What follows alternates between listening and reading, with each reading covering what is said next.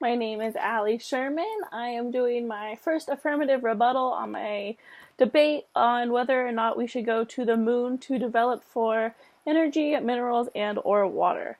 My opponent is Violetta, so let's get started. Um, in my uh my opposers negative construction, they used a metaphor of if you got a brand new car, whether or not you would take it to a mechanic to make it better. Um, and he said that he would never do that because why would you mess with a brand new car? Um, and then he kind of applied that to our debate.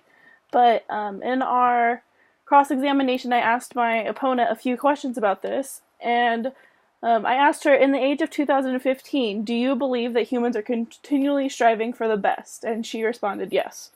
So I applied that back to the metaphor. I said, if you got a new car and money was not an option at all, would you like to do anything to your car to make it exactly how you want it? And she hit around the question a little bit, but then eventually she said yes. So where I was getting with that is, if you can do anything in your power to make something the best it can be, why would you do it, or why would you not do that? So I asked her, why would you settle for something less than something, or why would you settle for something less if there was a better option out there? And she didn't really answer that question. She went on, she basically dodged the question, but that's okay. But here is my point in all of this metaphor craziness. Um, in the car metaphor relating to the moon, if there's another viable option for developing something other than Earth, and it's a good option, I don't understand why we wouldn't do it. My opponent also brought up this issue that he said that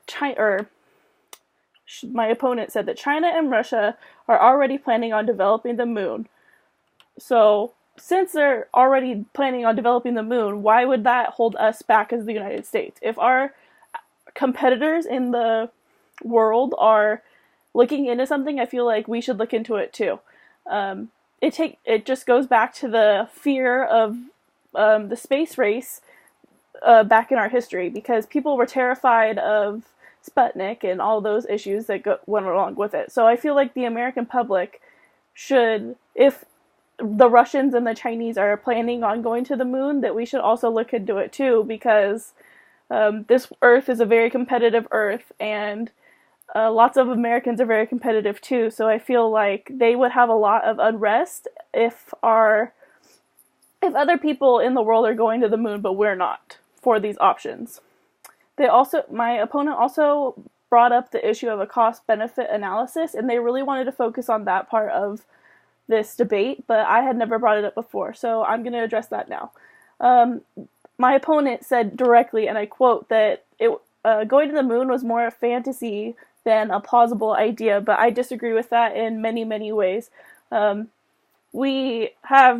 an International Space Station, we have put many people on the moon, we have robots and rovers and everything else going out into different parts of space, so I don't believe that it's more fantasy than plausible. I feel like it's a very plausible idea to send stuff to the moon to mine on the moon. I don't think that's an issue at all, so I don't understand why that is a fantasy, because we have so many other things that we already have done to put into outer space.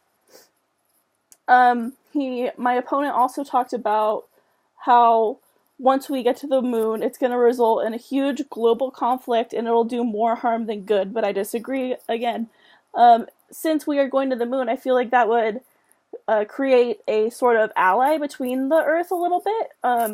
People might be able to gain a greater understanding and all work together for a common goal in developing the moon. Only because I feel like that's a very, very significant step, not only for us as humans, but for the whole entire human race. It would be so cool to tell the next generation, oh yeah, like, our generation was the people who put the necessary steps to mine on the moon. Like, that was our doing. I feel like that is a great reason by itself to go. What else?